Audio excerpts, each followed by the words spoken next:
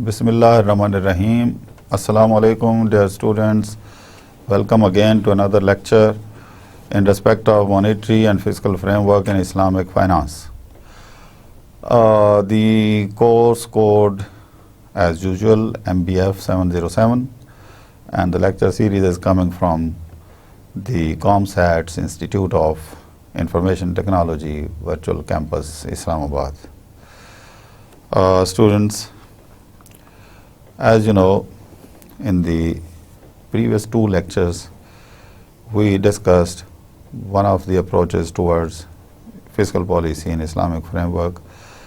Now, gradually, we are moving towards the development of a model which can be empirically tested. For example, if in future, if someone of you wants to specialize in this area of Islamic public finance or Islamic monetary system, so particularly with reference to the fiscal policy, if they want to practically estimate certain relationship of variables which are from the fiscal policy, they would be able to estimate the model by collecting data from the macroeconomic variables. So, students, that is why now we are gradually moving towards advanced level of the course. And you know, when we say advanced level of the course, it means it involves some mathematics. And though it will not be a difficult mathematics, and I understand, I realize that the students who are specializing in finance, naturally they are slightly good in mathematics and the calculation, because finance is not without calculation. If the calculations, if the numbers are removed from finance, then it is not finance, it is something else. So I hope you bear with me, you will bear me with the mathematical calculation. In the last lecture, we slightly discussed the calculation of multiplier, the effect of multiplier, the effect of marginal propensity to consume when government expenditures are increased in the economy, how the effect of this increase in government expenditure is transferred to the increase in national income. So, students, before we start this discussion in a formal way, let us very briefly review what we have done in the last lecture. In the last lecture, we discussed the conventional fiscal policy in comparison with the Islamic fiscal policy. And the findings of the last lecture included macroeconomic policy in Islam indeed cover more topics than the conventional framework, and we are trying to grasp, to address some of these topics which are pertinent in Islamic framework. The Islamic economic system must be at the first place based on economic justice, and the economic transactions should involve justice as well. So, the better implementation of the fiscal policy in Islamic framework needs us to understand the system well, and the requirement of the system well. There must be some surveillance on the implementation of the system, and in the conventional system, our focus is on the protection of the society, or protection of the economic agents from inflation, deflation, stagflation, and the issues like that, because the major objective is the profit maximization. But in Islamic framework, profit maximization is not the only objective. There must be a balance between the spiritual goals and the economic goals. And then, if you remember, I quoted a few examples from Quran, which can be used as a role model for the Islamic fiscal policy, particularly our narration of the event from Surah Yusuf in respect of the Prophet Yusuf alayhi salam, we discussed, which provided us a guidance to apply prudent fiscal policy, which basically requires us to save at good times and then prudently spend when the economic system is facing recession. So at the time of boom, we should save, and at the time of recession, we should prudently utilize these resources. This was the message from the last lecture. And today, as I mentioned earlier, we are now moving towards the development of an empirical model, which will be used for the purpose of estimation if any one of you wants to specialize. Because now we have covered more than 60% of the course.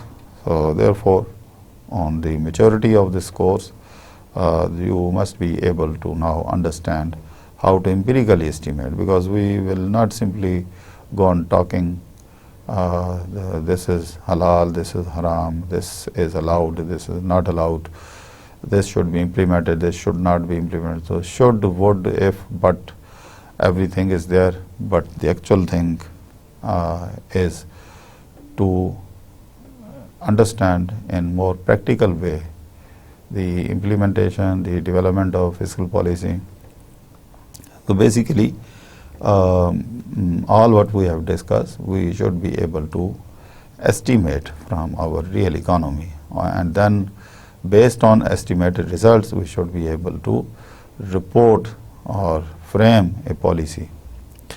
So students, this is our objective. Inshallah, in a couple of lectures, for example, in 2-3 lectures, we expect to develop a model which involves certain number of equations. A lot of equations will be derived by incorporating the fiscal tools. Well, before we so in order to reach that level of mathematical calculation and the development of equations, we should first go through the topics which are to be covered in today's lecture. Be happy, in today's lecture there is no mathematics, but mathematics is the need of the time. So without mathematical equations, you cannot progress. Rest assured, mathematics is a good thing. Mathematics, you should not be scared of mathematics. So for your convenience, wherever I will be using mathematical equation, complete derivation process is mentioned with statements, with words, so that when you rewind your video, when you watch these videos repeatedly, you can easily note down, you can develop your notes, and while reading these notes, you will clearly understand. So if anywhere there was some complexity, some complication regarding the calculation, I have written all the steps. Inshallah, when you go through these steps, you will learn what has been done and how practically the model can be estimated. Well, students, in introduction, Islamic economic system is based on Quran and Sunnah. This is the first thing. So nothing in terms of fiscal policy or in economic performance, economic indicators, economic variables, nothing will be beyond Quran and Sunnah. So at the most, if some topic which needs more clarity, after studying it from Quran and Sunnah, if still there is need for clarity, then we can seek guidance from the life of the caliphs, the 4 caliphs, and even if that issue is not clear, then we can refer it to the life of Sahaba, the companions of the Holy Prophet sallallahu alaihi wasallam. And still if the clarity remains unclear, then we can refer it to ulama, the contemporary ulama. And these ulama, that is why it is a very clear concept in Islamic teachings that ijma means the research. So the research is a continuous process, it never ends and it continues, so that, and the door of ijma is open for ummah, for the followers of the Holy Prophet sallallahu alaihi wasallam, so that if any difficulty in the economic system or any system, conventional system, if any problem arises, the ulama can sit together with the conventional experts and find out some solution. So Quran, the point is Quran and Sunnah is the basic thing. The economic system recognizes the importance of ownership of resources, motivation and decision-making process. So in conventional system, there is motivation force, self-interest is the motivation force in the conventional system. But here, the Islamic economic system recognizes the ownership. Yes, if you are earning and these earnings are from halal sources, there is no harm in owning the property, in owning the business, in starting, launching, employing resources in your business enterprises. You can grow to the maximum extent if you have developed the capability of developing and growing. So motivation is there, and in conventional system, the motivation is just to earn profit. Self-interest is actually the motivation, but in Islamic framework, selflessness is something preferable, but the motivation is also for its own sake, in the sense that you want to get falah not only in this world but also hereafter. So that is your motivation. If there is any self-interest motivating, functioning as motivating force, if self-interest is functioning as motivating force, then the self-interest is not associated with the worldly affairs but also success in the world hereafter. But Islam allows private ownership and public ownership, but with the concept that everything belongs to Allah. This is a very important message in Islamic teachings, that everything which has been conferred, which has been given to us, it has been given to us as a test.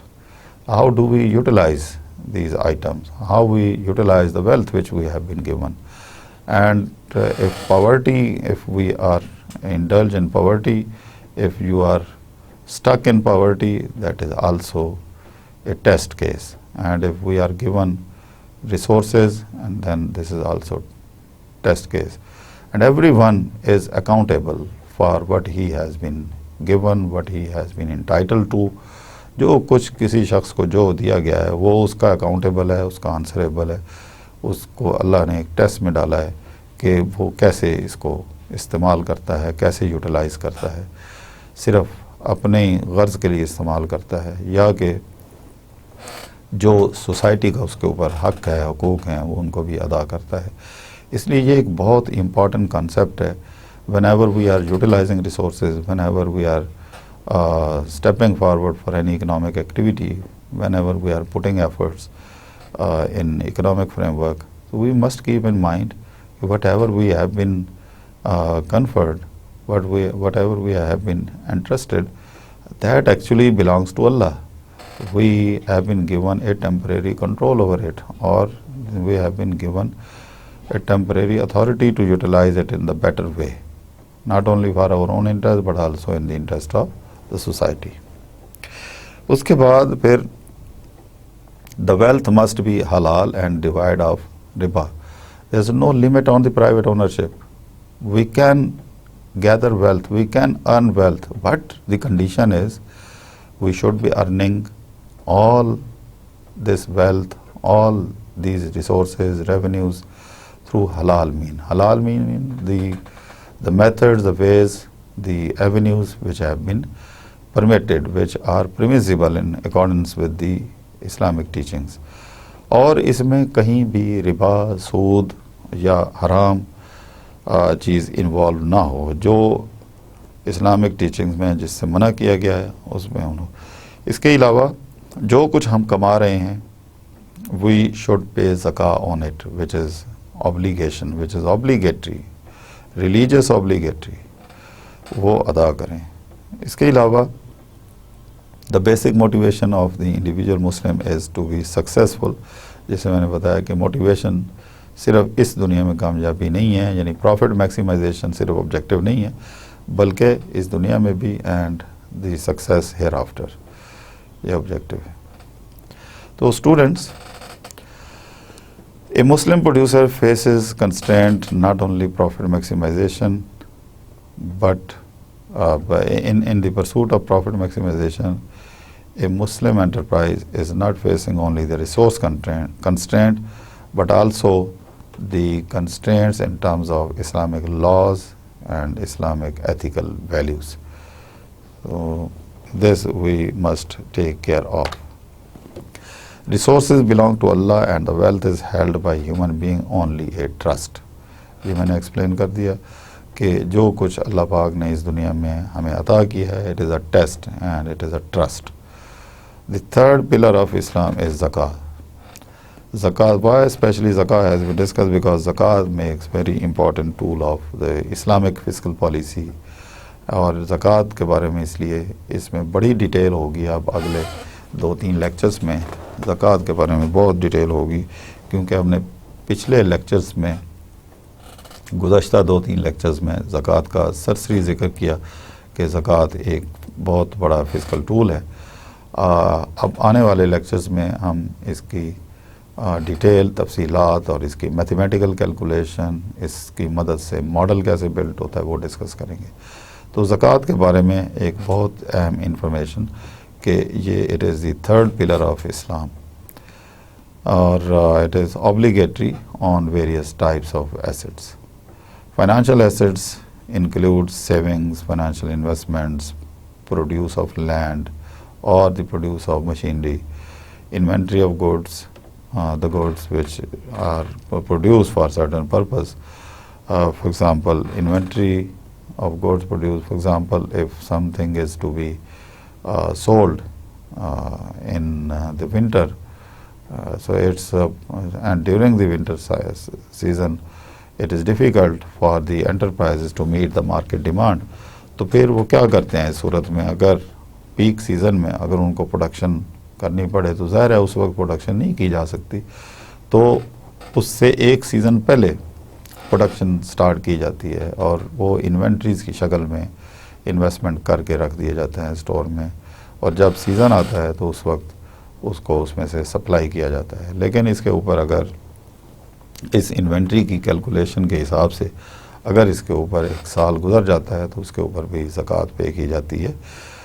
مثال کے طور پہ اگر air conditioning companies جو ہیں انہوں نے گرمیوں میں اے سی بنانے ہیں بیچنے ہیں تو یقینی طور پہ وہ اس سیزن میں ہی اگر مینوفیکچرنگ کریں گے تو they can not meet the market rising demand during the summers.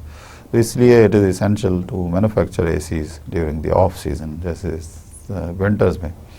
اب سوال یہ ہے کہ کیا جو انہوں نے پلان کر کے جتنی پلانڈ انوینٹریز ہیں وہ ساری کی ساری ڈپلیٹ ہوں گی، ساری سیل ہوں گی، نہیں ہوں گی؟ یہ depend upon the market forces, اس لیے اس کے ساتھ سرٹینٹی انسرٹینٹی انوالو ہے. تو بنیادی نقطہ یہ ہے کہ اس انوینٹری کی کیلکولیشن سال کے اینڈ پہ کی جائے گی اور اس پہ جتنی زکوٰۃ لیوی ہوگی وہ دینی پڑتی ہے. اس کے بعد جو ایک اور point, zakat transfer some of the income and wealth from the haves to the have nots. It's very clear کہ جن کے پاس وسائل ہیں اور اس کے اوپر سال گزر گیا ہے یا پھر اور کوئی طریقے سے وہ زکوٰۃ نیٹ میں آتے ہیں تو زکوٰۃ اس کے اوپر پے کرنی پڑے گی. کن کو پے کرنی پڑے گی؟ وہ جو کہ ہیو ناٹس، یعنی جو کوئی بہت زیادہ لکی نہیں ہے ریسورسز کے معاملے میں، ان کے پاس وسائل کم ہیں، ان کو زکوٰۃ دینی پڑے گی. زکوٰۃ کا لفظ 30 مرتبہ سے زیادہ آیا ہے قرآن پاک میں. اس سے اس کی اہمیت کا اندازہ لگایا جا سکتا ہے. اور میرا خیال ہے بینگ مسلم ہمیں ایک جو اس سے بڑا کلیئر میسج ملتا ہے کہ ہمیں ہماری فسکل پالیسی میں زکوٰۃ کی اتنی اہمیت ہے اور قرآن پاک نے اس کی اہمیت کو بڑا ہائی لائٹ کیا ہے. آخر 30 مرتبہ سے زیادہ اس کا ذکر آنا ایک سوچنے کی بات ہے کہ آخر اس کی سگنیفیکنس کتنی ہے. اور اکثر زکوٰۃ کا ذکر جو ہے وہ نماز کے ساتھ آیا ہے. تو ظاہر ہے کہ نماز کی ڈیلی لائف میں بہت اہمیت ہے اور اس کے ساتھ ہی زکوٰۃ کا آنا اس کی اہمیت کو اور بھی اجاگر کرتا ہے. تو a generous person can pay voluntary charity صدقات وچ کین بی. صرف زکوٰۃ کافی نہیں ہے بلکہ اسلام میں اس بات کی بہت اہمیت ہے کہ ہیو ناٹس کی میکسیمم کس طریقے سے سپورٹ کی جا سکتی ہے. تو if zakah money is not sufficient then sadaqat یعنی the money over and above zakah can also be distributed among the have-nots in different forms, in different types, in different situations. تو مثلاً اس میں financing of the projects کے لیے بھی زکوٰۃ use ہو سکتی ہے. فائنانسنگ آف دی چھوٹے بزنس جو شروع کرتے ہیں لوگ ان کو ان کی مدد کے لیے بھی پیسہ دیا جا سکتا ہے تاکہ اس میں روزگار پیدا ہو اور لوگ جو ہے وہ غربت سے نکل سکیں اور سیلف سفیشینٹ بنے. سیلف سفیشینٹ نہیں تو سیلف امپلائڈ ضرور ہوں تاکہ اپنے لیے کما سکیں. زکوٰۃ shares wealth between the contributors with less fortunate.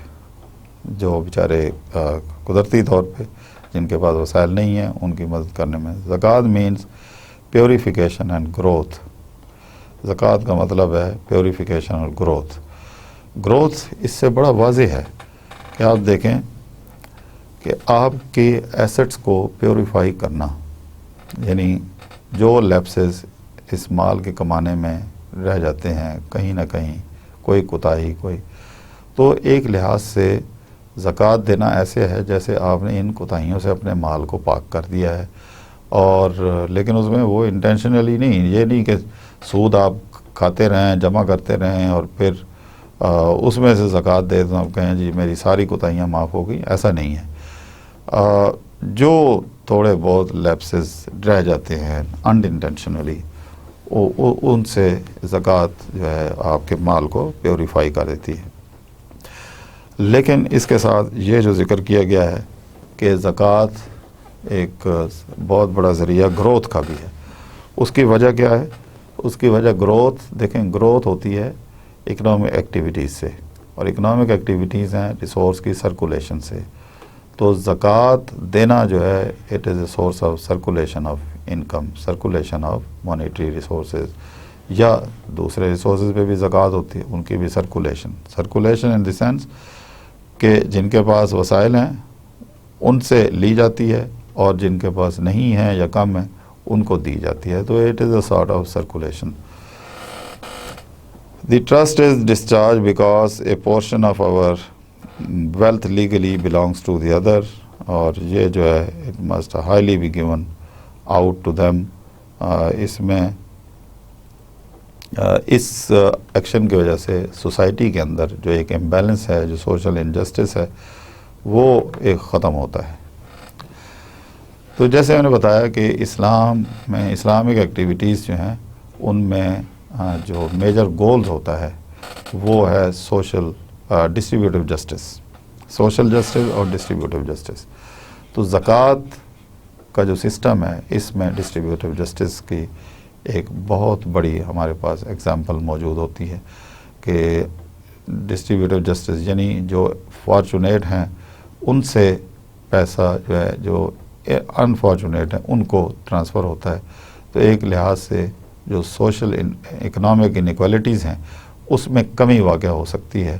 اس سے بڑی اور ڈسٹریبیوٹیو جسٹس کی مثال کیا ہو سکتی ہے؟ ڈسٹریبیوٹیو جسٹس جو ہیں وہ اس کے 3 پرسپیکٹیوز ہیں. نمبر 1 کہ یہ کیسے گولز آف ڈسٹریبیوٹیو جسٹس، اس کا کیا مقصد، کیا why zakat is used to promote distributive justice. اس کے آپ 3 چیزیں ہم دیکھیں تو ہمیں پتہ چلے گا کہ کیا ہم شاید یہی گولز اور آبجیکٹیوز جو ہیں وہ زکوٰۃ کے سسٹم سے اچیو کر رہے ہیں. Number 1 guarantee of fulfilment of the basic needs for all, بہت امپورٹنٹ چیز ہے. ری ڈسٹریبیوشن سسٹم آف زکوٰۃ سے redistribution system of Islamic finance میں ایک چیز کی گارنٹی کر رہا ہے کہ وہ لوگ those who are deprived of the basic needs, zakat is the source to provide them basic needs when they are receiving zakat money. اس کے علاوہ reduction of inequalities in income and wealth. Dear students, یہاں میں آپ کو ایک بات کلیئر کر دوں، انیکوالٹیز سوسائٹی کے اندر، اکنامک انیکوالٹیز جو ہیں یہ بہت ساری برائیوں کی جڑ ہے. بہت سارے ایتھنک ایشوز، بہت سارے پروونشلزم کے ایشوز، بہت سارے آپس میں لڑائیاں جو سوسائٹی کے اندر ہوتی ہیں وہ انیکوالٹیز کی وجہ سے ہوتی ہیں. کچھ لوگ بہت پاورفل ہوتے ہیں جو کمزوروں کو دبانے کی کوشش کرتے ہیں، کمزور اپنے رائٹس کے لیے اٹھ کھڑے ہوتے ہیں، جس کی وجہ سے آپس میں کلیشز، لڑائیاں، جھگڑے وغیرہ ہوتے ہیں. تو زکوٰۃ سسٹم جو ہے یعنی ڈسٹریبیوٹیو جسٹس پہ اسلام کیوں زور دیتا ہے، اس کا سب سے بڑا آبجیکٹیو یہ ہے کہ انیکوالٹیز کنٹرول ہوں.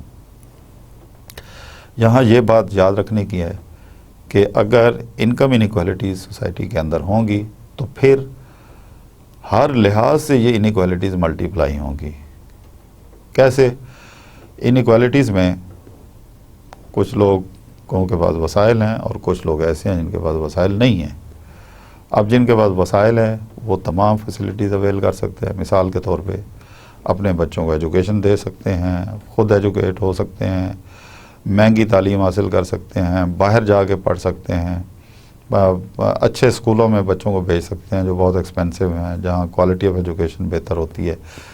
لیکن ان کے مقابلے میں جو غریب لوگ ہیں جن کے پاس وسائل نہیں ہیں تو وہ آگے فردر غریب ہی رہیں گے اگر انہوں نے اپنے بچوں کو ایجوکیشن نہ دی، اگر انہوں نے سائنس اینڈ ٹیکنالوجی کی تعلیم حاصل نہ کی، اگر انہوں نے کچھ ایسا نہ سیکھا جس سے ان کو سوشیو اکنامک ایکٹیویٹیز میں مدد مل سکتی تھی. تو انیکوالٹیز صرف پیسے کی انیکوالٹیز جو ہے وہ پھر ایک سوشل انیکوالٹیز کو ملٹیپلائی کرتی ہے. جیسے میں نے ایجوکیشن کی مثال دی ہے، تو غریب کا بچہ غریب رہے گا، امیر کا بچہ اور امیر ہوگا. اس کا مطلب یہ ہے. تو بہرحال اسلام میں جو ڈسٹریبیوٹیو جسٹس کا کانسیپٹ ہے وہ یہ ہے کہ انیکوالٹیز کو کنٹرول کیا جائے. اور یہ کیسے ہو سکتا ہے کہ جب آپ وسائل ری ڈسٹریبیوشن پرپز کے لیے ان ٹرمز آف زکوٰۃ، ان ٹرمز آف انفاق دیتے ہیں، اور ایک اسٹیٹ کی طرف سے انسٹیٹیوشنل ارینجمنٹ ہے کہ ان مانیٹری ریسورسز کو ایجوکیشن، ہیلتھ اور باقی پرپزز کے لیے یا اسمال اسکیل انڈسٹریز کے لیے لگایا جا سکتا ہے. تو یہ ایک اپرچونٹی دینے والی بات ہے ہیو ناٹس کو، غریبوں کو، جو انفارچونیٹ ہے ان کو، کہ وہ چاہے تو اپنا لائف سٹائل بہتر کر لیں، ارننگ کر کے اپنے بچوں کو پڑھا لیں، اپنی اسکل کو امپروو کر لیں، تاکہ معاشرے میں وہ بھی اکنامک کمپٹیشن میں آ سکیں اور اپنے حالات کو بہتر کر سکیں. زکوٰۃ ریسیپینٹ نہ رہیں ہمیشہ، بلکہ زکوٰۃ پے کرنے والوں میں شامل ہو جائیں. اس کے بعد تیسرا جو پوائنٹ ہے، تیسرا جو گول ہے وہ ہے purification of the donors inner self and their wealth. اپنے آپ کو اندر سے پیوریفائی کرنا والی بات ہے، اپنی دولت کو پیوریفائی کرنا. زکوٰۃ کا مطلب یہی ہے کہ مال کو پاک کرنا، لیکن انسان اندر سے بھی پاک ہوتا ہے. اندر سے کیسے ہوتا ہے؟ ایک فیلنگ ہوتی ہے کہ میں نے ایک حق ادا کیا ہے، ایک فرض ادا کیا ہے، ایک مینٹل ریلیف ہوتا ہے، ایک سیٹسفیکشن ہوتی ہے دوسرے کی مدد کر کے. ایک ڈیوٹی ادا کرنے کے بعد جتنا سیٹسفیکشن ہوتی ہے، بالکل ایسے ہے جیسے ایک انسان سارا دن اپنا ڈیوٹی ایمانداری سے پرفارم کر کے جب وہ گھر پہنچتا ہے تو اس کو ذہنی سکون اتنا ملتا ہے کہ سکون کی نیند آتی ہے اس کو. تو اس سکون کی نیند میں ظاہر ہے سب سے بڑا جو کردار ہے وہ ڈیوٹی ادا کرنا ہے، رسپانسبلٹی کو ادا کرنا ہے. سو اسٹوڈنٹس 3 گول ہم نے ڈسکس کیے ڈسٹریبیوٹیو جسٹس کے، اور ڈسٹریبیوٹیو جسٹس میں زکوٰۃ، انفاق فی سبیل اللہ ان کا بہت اہم کردار ہے. تو اس کے 3 میجر گولز ہیں جو میں نے آپ کے ساتھ شیئر کیے. Number 1 guarantee to fulfillment of the basic needs. Number 2 reduction in the inequalities. Number 3 purification of the inner self. اب ذرا ان کی تفصیلات میں ہم آتے ہیں. Distributive justice of income and wealth in the economy can be achieve through زکوٰۃ system. تو اس کا مطلب ہے کہ اگر ہم زکوٰۃ سسٹم لاگو کریں تو یہ تینوں گولز ہم ڈسٹریبیوٹیو جسٹس کے اچیو کر سکتے ہیں. The more unequal the distribution of income the greater the demand for luxury goods. جتنی انیکوالٹیز سوسائٹی میں ہوں گی، جتنا وسائل ری ڈسٹریبیوشن میں نہیں آئیں گے، یعنی امیر امیر تر ہوتا جائے گا اور غریب غریب تر ہوتا جائے گا، تو then what will happen? This will hamper economic activities. This will definitely adversely affect economic activities. کیسے؟ if people are rich, if they are endowed with a lot of wealth, they will demand luxury items because they have no other responsibilities to perform. The demand for luxury items will increase. Things will be developed in their favor. Economic development will be in their favor for their purpose. Good, better road will be developed for their luxury cars. تو یہ ساری چیزیں پھر غریب جو ہے وہ ان کو دیکھتا رہے گا. اس کی وجہ سے اکانومی کے اندر لمیٹڈ گڈس پروڈیوس ہوں گی، ویرائٹی آف گڈس پروڈیوس نہیں ہوں گی، اس لیے کہ پھر ہم کنونشنل سسٹم کے مطابق صرف جس کو ہم کہتے ہیں کہ the consumer is sovereign, consumer sovereignty in the conventional system actually compels producer to produce only those goods which are demanded, which consumers demand. تو students آپ سوچیں if the consumers are only rich people and they are demanding different goods and services, obviously the producers will be compelled to produce only those goods which are highly demanded, and they are demanded by the rich people. And if this happens, then what will happen? The clashes, social unrest, ethnic issues, provincialism, آپس میں لڑائیاں، غریب امیر کی لڑائی. کیونکہ غریب کے لیے کموڈیٹیز اس لیے نہیں بنیں گی کیونکہ اس کے پاس افورڈیبلٹی نہیں ہے، تو اس کی طرف سے ڈیمانڈ نہیں آ رہی، وہ پرچیز نہیں کر سکتا. تو جب اس کی طرف سے ڈیمانڈ نہیں بڑھ رہی because of lack of resource, تو ڈسٹریبیوٹیو جسٹس ایک حل ہے، ایک سلوشن ہے زکوٰۃ کی شکل میں کہ if زکوٰۃ is properly distributed, this will create purchasing power, this will create demand on the part of the have-nots. اس طرح سے every type of different types of goods and services will be produced in the economy. The distribution of income divides output into consumption goods and the investment goods. An economy which has relatively larger size of investment goods in relation to consumption goods will attain higher economic growth over time. The higher saving rates will promote higher investment and economic growth, which in turn increase zakat collection and also reduces the number of eligible zakat recipients. Reduces the number of eligible zakat recipients. یہاں ایک جو ہے ایک relation شپ بتایا گیا ہے کہ اگر ڈسٹریبیوشن آف انکم پراپر ہو اور تو ایک آپشن یہ بھی ہے کہ after performing the duty of زکات ڈسٹریبیوشن اینڈ انفاق if some resources are still available in saving accounts, they will help for the promotion of investment in the economy. Economic growth will rise on account of increase in investment, capital formation increases, اور اس طریقے سے ایک economic activities start ہو، economic activities تیزی سے آگے بڑھتی ہیں. یہ تو تھا وہ لوگ جو سیونگ کر رہے ہیں. لیکن دوسری طرف جن کو زکوٰۃ مل رہی ہیں، جن کو ڈسٹریبیوشن جو ہے ڈسٹریبیوشن کے نتیجے میں وسائل مل رہے ہیں، جو کہ جن کو ہم کہتے ہیں لیس فارچونیٹ، جن کو وسائل مل رہے ہیں، ان کی پرچیزنگ پاور میں اضافہ ہو رہا ہے. وہ گوڈس کو پرچیز کر سکتے ہیں. یہ ٹو وے پروسیس ہے. ایسا نہیں ہے کہ امیر لوگ دولت اکٹھی کرتے جائیں اور پھر وہ انویسٹمنٹ کرتے جائیں، اور آگے وہ جو گوڈس پروڈیوس کر رہے ہیں ان کی ڈیمانڈ اگر نہیں ہوگی تو ان کو اپنی انڈسٹری بند کرنی پڑے گی، یا وہ گوڈس پروڈیوس کرنی پڑیں گی جس کو صرف امیر لوگ خرید سکتے ہیں. تو جو لیس فارچونیٹ ہیں ان کی ڈیمانڈ، ان کی سائڈ سے بھی ڈیمانڈ آنی چاہیے، ان کی طرف سے بھی جو گوڈز اینڈ سروسز کی ڈیمانڈ ہے وہ مارکیٹ میں ہے، تاکہ پرچیزنگ پاور ان کی مینٹین رہے یا انکریز ہو، تاکہ وہ اکنامک ایکٹیویٹیز میں پارٹیسپیٹ کر سکیں. اور یہ جو معیشت کا پہیہ ہے یہ کنٹینیوسلی چلے، ایسا نہ ہو کہ یہ سٹک ہو جائے. اور یہ ایسا ہوتا ہے، ایسی تاریخ میں اکنامک ہسٹری میں بے شمار ایگزامپلس ملتی ہیں کہ ایک لمٹ ہوتی ہے جس کے بعد لوگ پھر پرچیز کرنا بند کر دیتے ہیں کیونکہ ان کے پاس وسائل نہیں ہوتے، اور پھر اس کی کاسٹ ان لوگوں کو بھی پے کرنی پڑتی ہے جو اکنامک ایکٹیویٹیز میں ہائر لیول، ہائر سائڈ کے اوپر ہوتے ہیں. Because their goods and services remain unsold and they سفر.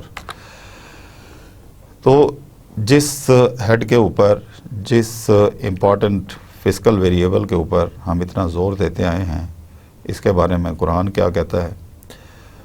قرآن پاک کی ایک بڑی آیت میں، لمبی آیت میں، جس کا کوئی ترجمہ کرنے کی کوشش کی گئی ہے، کچھ اس طرح سے ہے کہ arms are for the poor and the needy and those employed to administer the funds,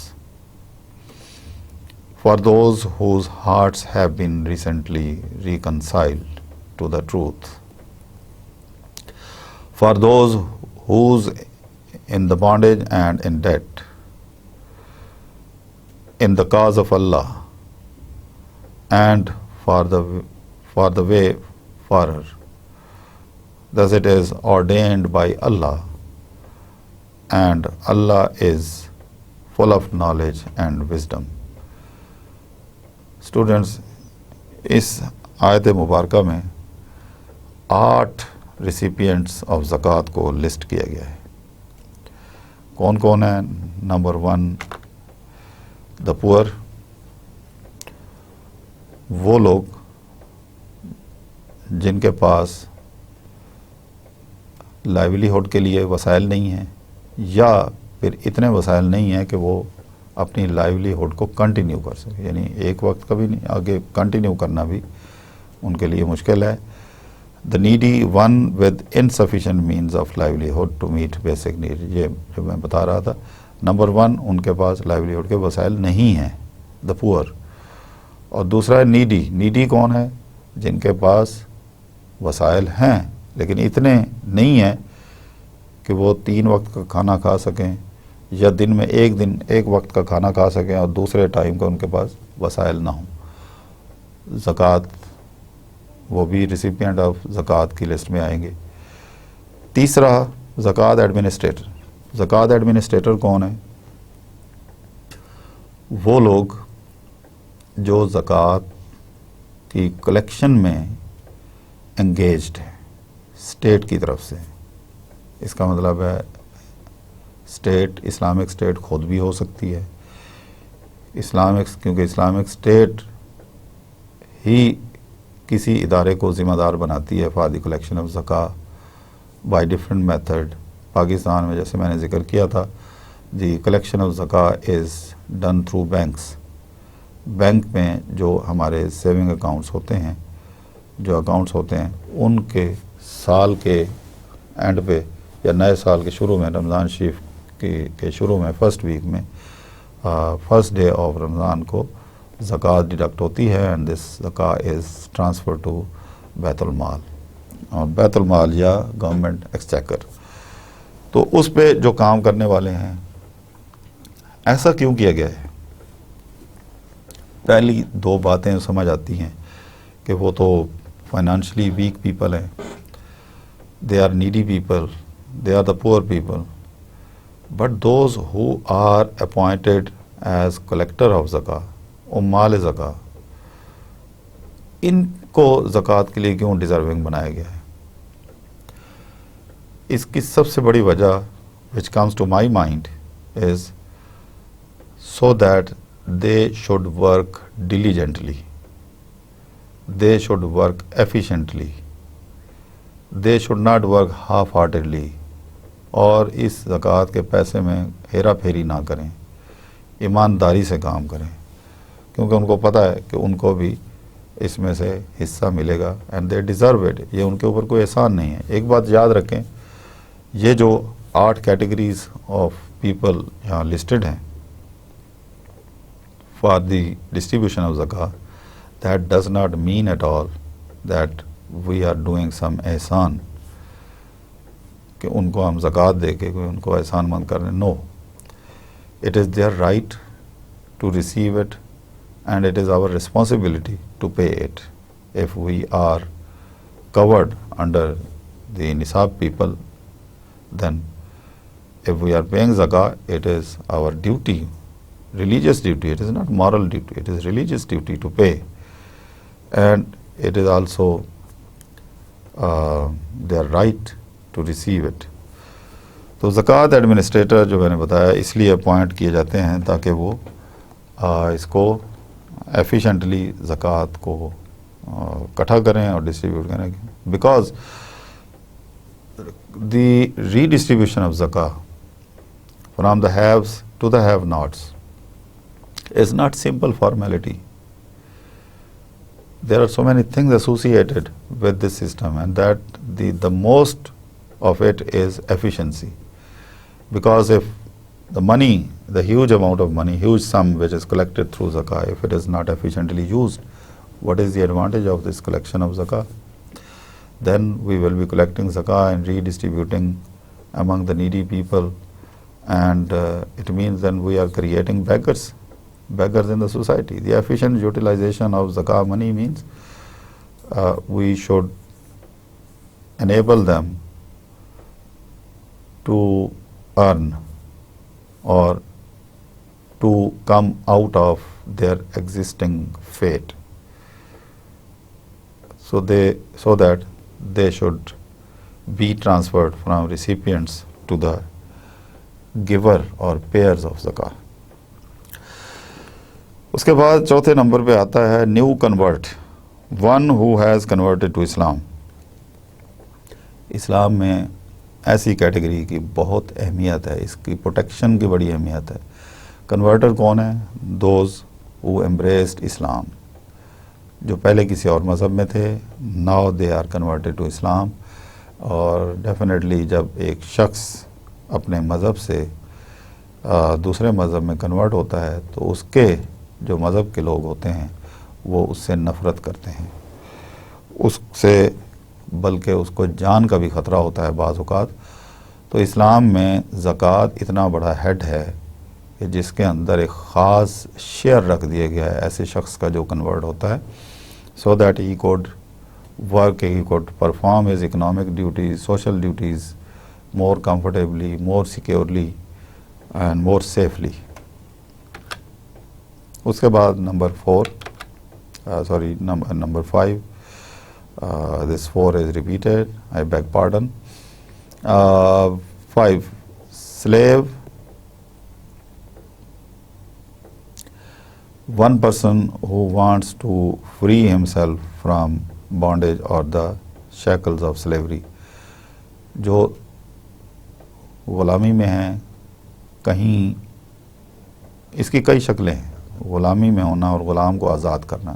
اس کی ایک صورت یہ ہے کہ ٹریڈیشنل سسٹم کے اندر جو ہمارے ملک میں بھی بہت سارے بیکورڈ علاقوں میں ابھی بھی ہیں, ہمارے ابھی بھی دیہاتوں میں بیکورڈ ایریاز میں لوگ چودھریوں کے وڈیروں کے غلامی میں ہوتے ہیں، ان کی مدد کرنا، ان کو آزاد کروانا، ان کو آزاد کرانے کے کئی طریقے ہیں. مثلا ایک تو یہ کہ اگر جن کو ہم سلیو کہہ رہے ہیں ان کے پیرنٹس نے کچھ لون لیا اور وہ واپس نہیں کر سکے، اس کے بدلے میں ساری زندگی کے لیے یا 5 10 15 20 سال کے لیے انہوں نے بچے لینڈر کے حوالے کر دیے، because they could not return money, they could not pay back loan. تو ان بچوں کو اب 15 سال 20 سال کے لیے انہوں نے ایک اس ڈیٹ کو ریٹائر کرنے کے بدلے میں وہاں رکھ دیا ان کے پاس رہن، کہ یہ ان کی خدمت کریں گے، ان کے کام کریں گے، ان کے کھیتوں میں کام کریں گے وداؤٹ اینی ریوارڈ. اور ریوارڈ کیا ہے کہ جو ان کے پیرنٹس نے لون لیے تھے in order to retire those loans. تو ان لوگوں کی مدد کرنا زکوٰۃ میں خاص حصہ رکھ دیا گیا ہے، اس کی اتنی اہمیت ہے. آپ یہاں سے اندازہ کریں ڈیئر اسٹوڈنٹس کہ انڈیپینڈنس، آزادی جو ہے اس کی اسلام نے کتنی قدر کی ہے، کہ ایک فرض کے اندر یہ چیز شامل کر دی ہے کہ اگر ایسے لوگ آپ کے ارد گرد ہیں تو ان کو آزاد کریں.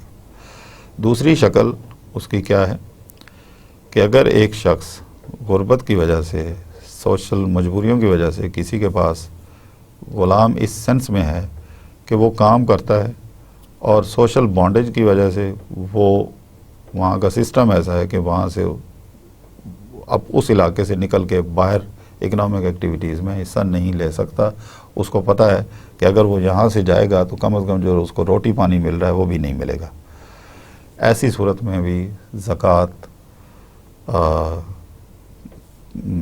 کی ڈسٹریبیوشن میں اس کا ایک شیئر ہے، اس سینس میں کہ دس اماؤنٹ آف زکوٰۃ can be paid to him to work somewhere, to start work somewhere, to be self employed, to get some temporary relief and then start his or her own economic activity or economic life. تو اسلام نے اس چیز کے لیے. اس کے علاوہ number 6 debtor.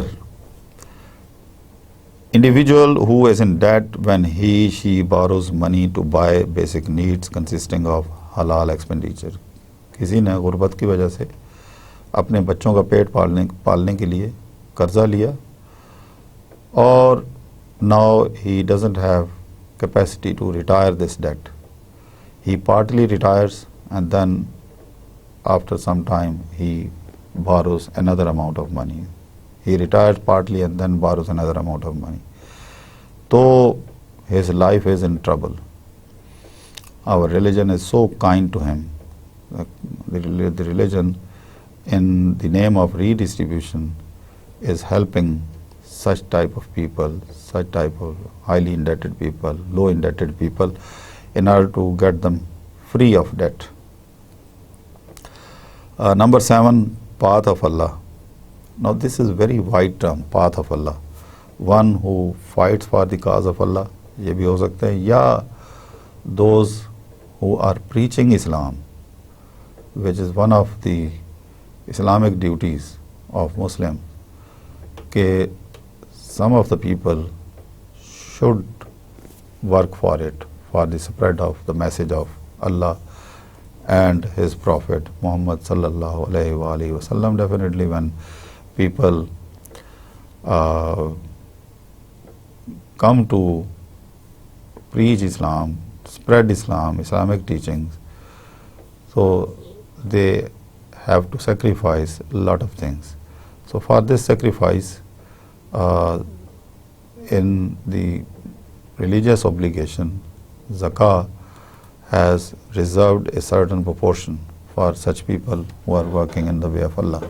تو یہ صرف جہاد کے لوگ نہیں ہیں جو لڑائی کر رہے ہیں ان کے لیے نہیں، بلکہ جو فار دی کاز آف اللہ، یعنی اسلام کو پھیلانے کے لیے، اللہ کا نام بلند کرنے کے لیے، اور دور دور دراز علاقوں میں جاتے ہیں، اپنے بزنس کو، اپنے کاروبار کو چھوڑ چھاڑ کے صرف اور صرف ان کی تمنا، ان کی خواہش یہ ہے ٹو پلیز اللہ سبحانہ و تعالی by spreading the Islamic teachings.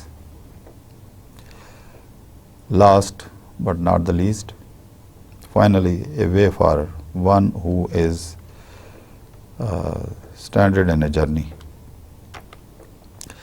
एक शख्स सफ़र पे जाता है, for certain reasons he lost money, he falls short of money and he is unable to return. He is unable to come back because of the lack of money or because of no money. So certain arrangement would be made by the state or by the individuals who are zakat payers. So that is why I always say zakat is not very small thing. Zakat is a big institution. It should be treated and considered as a big institution. So the distribution of zakah has taken care of such a person. Even if he is rich, his family, he belongs to good family background, but he is stuck. He was out of his city, out of his country, and he is stuck somewhere because of financial problem. या उसको रास्ते में कोई चोर पड़ गया, कोई डाकू पड़ गया, उसके बाद कोई पैसा नहीं है वापस आने के लिए. Now zakah money can be used for this purpose.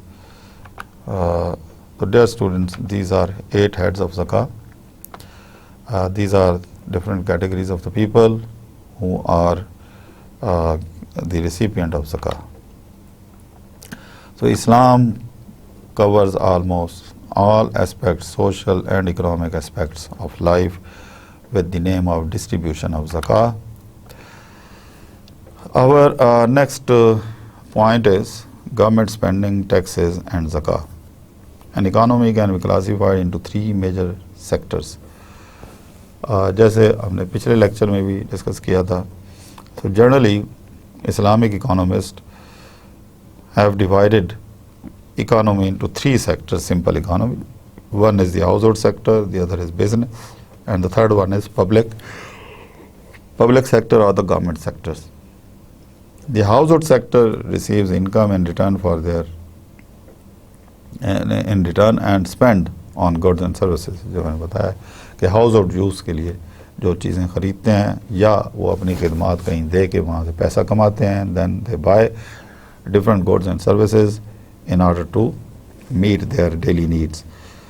उसके बाद बिजनेस, ये हम बड़ी डिटेल से डिस्कस कर चुके हैं. इसी तरह गवर्नमेंट के भी हम बहुत डिटेल से डिस्कस कर चुके हैं, लेकिन यहाँ पे ख़ास तौर पे ये जिक्र गवर्नमेंट का इस पर्सपेक्टिव में एक एडिशनल पॉइंट है कि government collects zakah and taxes from the household and business sectors and also allocates a budget for various government expenditures.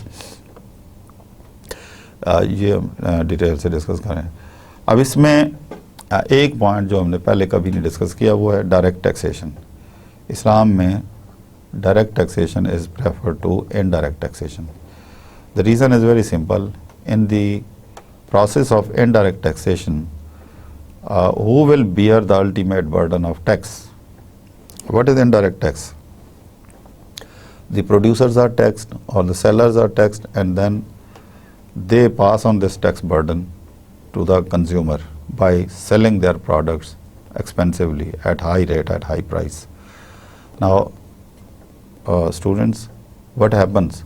Now it is up to the producers. It depends what is the elasticity of demand for such commodities which are being consumed and purchased by the consumers. If the producers are in the position to transfer more proportion of tax burden to the consumer, the prices in the economy will rise. So ultimate जो destination of tax burden है, it is not clear in case of indirect taxes. That is why the Islamic economists have supported greatly the direct taxes, where the taxpayers are directly addressed. If they are buying certain commodities which Islamic economists, policy makers understand that this particular commodity is to be purchased by the rich people, so such commodities will be taxed. So at the time of purchasing, they will have to pay tax. Similarly, income tax is a direct tax. If people are earning more, they will have to pay more tax. If people are earning less, they will have to pay less tax. So direct taxes के ये फायदे हैं. Indirect taxes में, since the ultimate destination of burden is not clear, therefore the Islamic economists do not support much the indirect tax. But it doesn't mean the indirect taxes cannot be levied.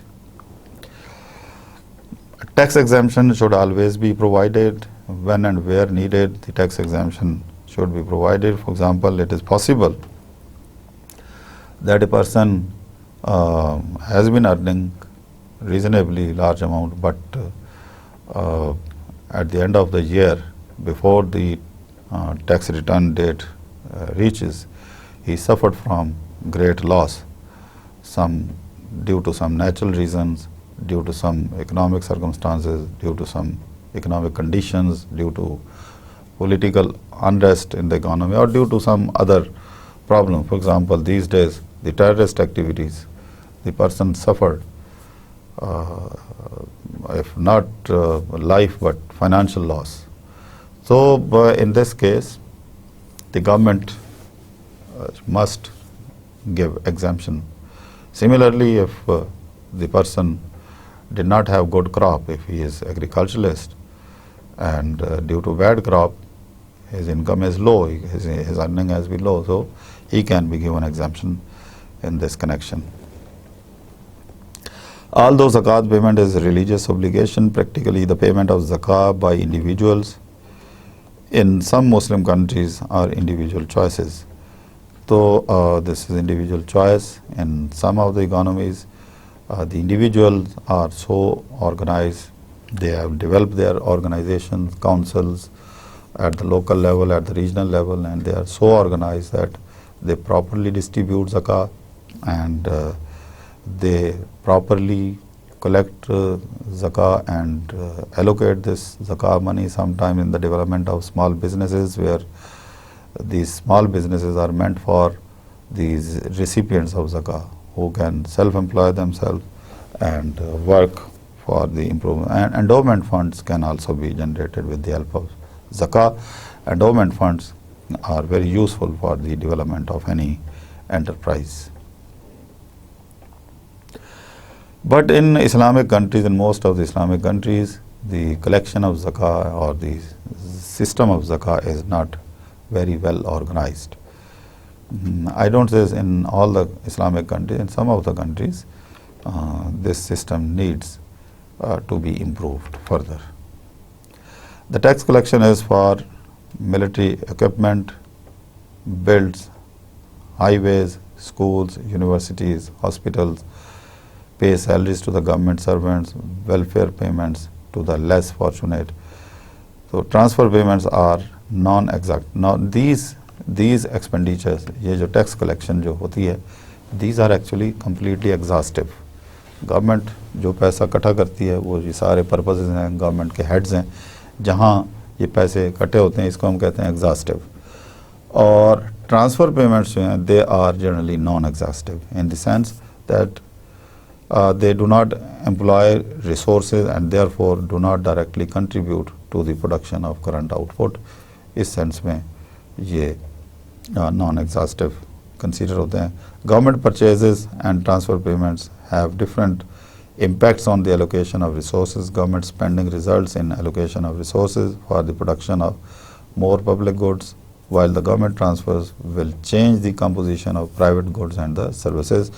क्योंकि if government is collecting resources and government is partly improving or fully improving the infrastructure and the other, so definitely this will change the composition of the private goods and services. क्योंकि वो लोग जिनके पास वसाइल की कमी की वजह से if they cannot afford resources, with the help of government now they can afford resources and they would also be able to buy goods and services which otherwise were not possible to purchase. So, government spending, taxes, zakah, another important point. Transfer payments are quite different in the sense that they rearrange private composition, the basic necessities. जिस point को मैंने पहले कहा कि अगर zakah money distribute हो रही है, इसमें government का अगर important role है, तो composition of goods and services will definitely change because the consumption bundle will be diversified with the receiving of zakah money or with the receiving of some employment opportunities in the economy when government has developed a very good institution of zakah, or when the people at the local level or the regional level are so organized that they create employment opportunities, and due to employment opportunities people earn more and they are able. So let us conclude today's session. Dear students, we discussed the 8 heads of zakah, distributive concept of distributive justice, what are the goals of distributive justice, 3 goals: fulfillment of the basic needs, removing inequalities from the economy, purification of the donor's inner self, اور پھر یہ distributive justice کس طرح زکوٰۃ system جو ہے ہمارا ensure کرتا ہے، اس کو ہم نے ڈیٹیل سے ڈسکس کیا. اور اس کے علاوہ زکوٰۃ کی ڈسٹریبیوشن کا نظام کیسے ہونا چاہیے، اس میں ہمیں پریشانی کی ضرورت نہیں ہے. قرآن has narrated very beautifully who deserves how much and who can receive zakat. So there is wisdom in listing and covering all the 8 heads which I have discussed in detail: the poor, the needy, the administrator, those who are converted to Islam. So Islam actually provides safety and security to almost all these destitute or the needy, or for some other reason if they are in trouble. Islam covers all these people, provide security, financial security to these people, so that the inequalities are removed, so that the basic needs are fulfilled, so that people who are paying zakat, they feel satisfied, their inner self is satisfied. پھر ہم نے کہا کہ spending کس قسم کے ہوتے ہیں اسلامک اکانومی میں. اس میں تقریباً تمام اسلامک اکانومسٹ کا اتفاق ہے. یہ دوسری اسٹڈی جو آپ کے ساتھ شیئر کر رہا ہوں، اس اسٹڈی کا جو میں نے آپ کے ساتھ جو میٹیریل شیئر کیا اس لیکچر میں، یہ میں نے International Islamic University Malaysia, International Islamic University Malaysia میں وہاں یہ ریسرچ ہوئی ہے، اور یہ میٹیریل اس نام سے جو ٹائٹل لکھا ہوا ہے جو میں نے شروع میں دکھایا، اس نام سے سرچیبل ہے، آپ خود بھی ڈاؤن لوڈ کر سکتے ہیں. یہ ایک بہت خوبصورت ماڈل ڈیولپ کیا گیا ہے انٹرنیشنل اسلامک یونیورسٹی ملیشیا میں، ریسرچرز نے کیا ہے. آئی اپریشیٹ، کیونکہ اس سے اچھا ماڈل میں نے ابھی تک نہیں دیکھا، اتنا ویل آرگنائز، ویل ڈسپلن، جو کہ آگے ہم آہستہ آہستہ آج شروع کیا ہے. تو انشاءاللہ اگلے 2 لیکچرز میں ہم اس ماڈل کو ڈیولپ کر کے آپ کے ساتھ شیئر کریں گے. پھر ہم نے یہ ڈسکس کیا کہ گورنمنٹ اسپینڈنگ، ٹیکسز اور زکوٰۃ، ان میں گورنمنٹ کا کیا سسٹم ہوتا ہے، اور گورنمنٹ کی ان کلیکشن سے لوگوں کو کیا فائدے ہوتے ہیں، اور کس طرح سے اس سسٹم سے ڈائیورسیفیکیشن آف کنزمپشن بنڈل ہوتا ہے، اور کس طرح سے ہمارے جو کمپوزیشن آف بنڈل ہے یا باسکٹ ہے، باسکٹ کنزمپشن باسکٹ ہے، اس کی کمپوزیشن کس طرح سے چینج ہوتی ہے جب یہ ریسورسز جو ہیں ہیوز سے ہیو ناٹس کے درمیان تقسیم ہوتے ہیں. تو there is a way forward, and the way forward is what is the organized model which can be estimated practically. تو ہمارا الٹیمیٹ آبجیکٹو وہی ہے، ڈیسٹینیشن وہی ہے، وہاں تک ہم پہنچیں گے انشاءاللہ.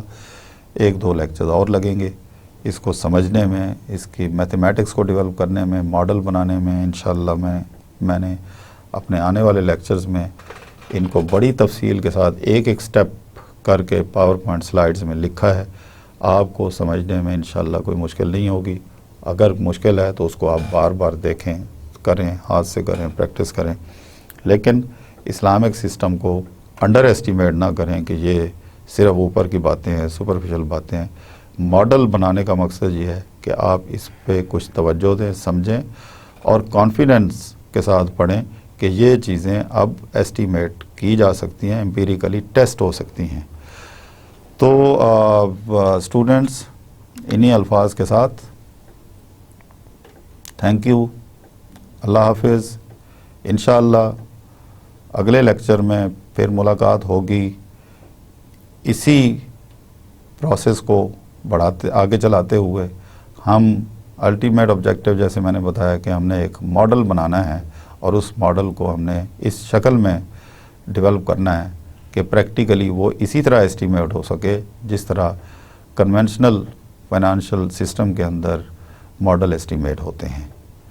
انہی الفاظ کے ساتھ اللہ حافظ، see you in the next lecture. السلام علیکم ورحمۃ اللہ۔